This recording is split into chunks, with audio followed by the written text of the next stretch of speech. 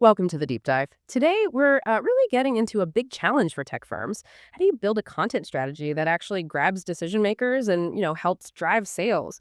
We've looked through the sources you sent, trying to figure out how to turn content from just, background noise into something powerful for our leads and conversions in tech. Okay, let's dive in. So, right away, the material points out something pretty stark. A lot of tech companies, they invest heavily in content, right? But the return, often not much. The Content Marketing Institute, it's mentioned in the sources, found only about, 29% of B2B tech marketers say their content actually works. That's more than just underperforming. It feels like a real warning sign, especially when attention is so scarce. You have to wonder how many are just shouting into the digital wind. So, what's the core issue here, according to the sources? What's the big mistake? Well, it seems the core issue is often creating content without a really clear, goal-oriented strategy behind it. Like one force said, it just ends up being noise. And the tough reality for tech is buyers just don't care about content unless it tackles a real immediate problem they have. Those generic blogs or kind of fluffy thought leadership pieces. They just don't land. So before you even create anything, there are these basic questions you have to answer, like who is this actually for? What problem specifically does it solve? And crucially, which part of the marketing funnel is it targeting? Yeah, without that strategic piece, the sources say content can actually kill conversions. Because think about it, it doesn't speak to the different people involved.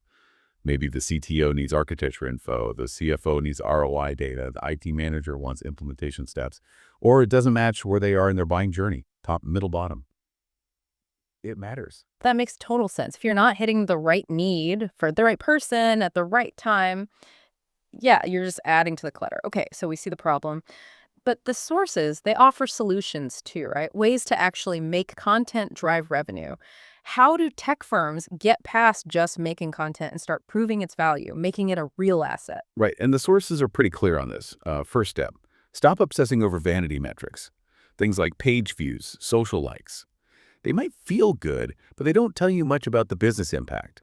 Instead, you need to focus on what really counts. We're talking leads influenced by specific content, demo conversion rates linked to content, how sales uses the content, and the big one, revenue attribution. Some sources show top tech firms track content's influence all the way through the sales process. And sometimes they find its content deep in the funnel, maybe a case study or a detailed guide that's actually helping close deals. But this means getting marketing and sales aligned on goals, on shared KPIs tied directly to business results. Okay, focusing on revenue attribution, that sounds powerful, but I imagine it's tricky for a lot of companies to implement. What's the first big hurdle they usually run into, and what do the sources suggest for getting over it? That's a really good point. It can seem overwhelming.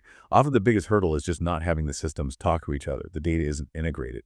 And defining what influence even means across both teams. The sources suggest starting, smaller. Pick one or two key content types, maybe case studies, maybe white papers, and really build out tracking for those first. Then the second piece is optimizing for discovery. Make sure people can actually find your valuable content and make it last. This means using SEO, thinking about those long-tail keywords people search for when they have a specific problem. One useful idea is building topic clusters. So you have a big main piece like a pillar post on, say, AI and cybersecurity, and then you surround it with smaller articles tackling related subtopics, all linking back and forth that helps search engines and buyers. And then, of course, promote it smartly LinkedIn, newsletters, maybe even working with influencers.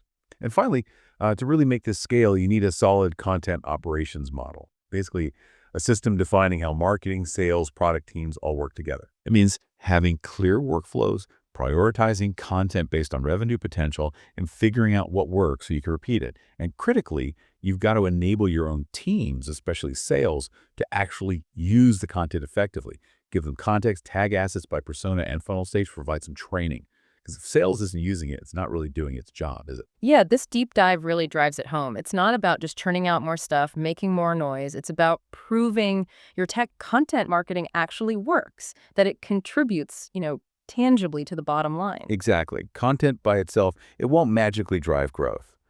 But the right strategy, one that solves real problems, gets measured by real impact, and is delivered systematically, Yeah. that's what turns content assets into a predictable pipeline. It can shorten sales cycles and, turn that general awareness into actual measurable revenue. Definitely something for you to mull over.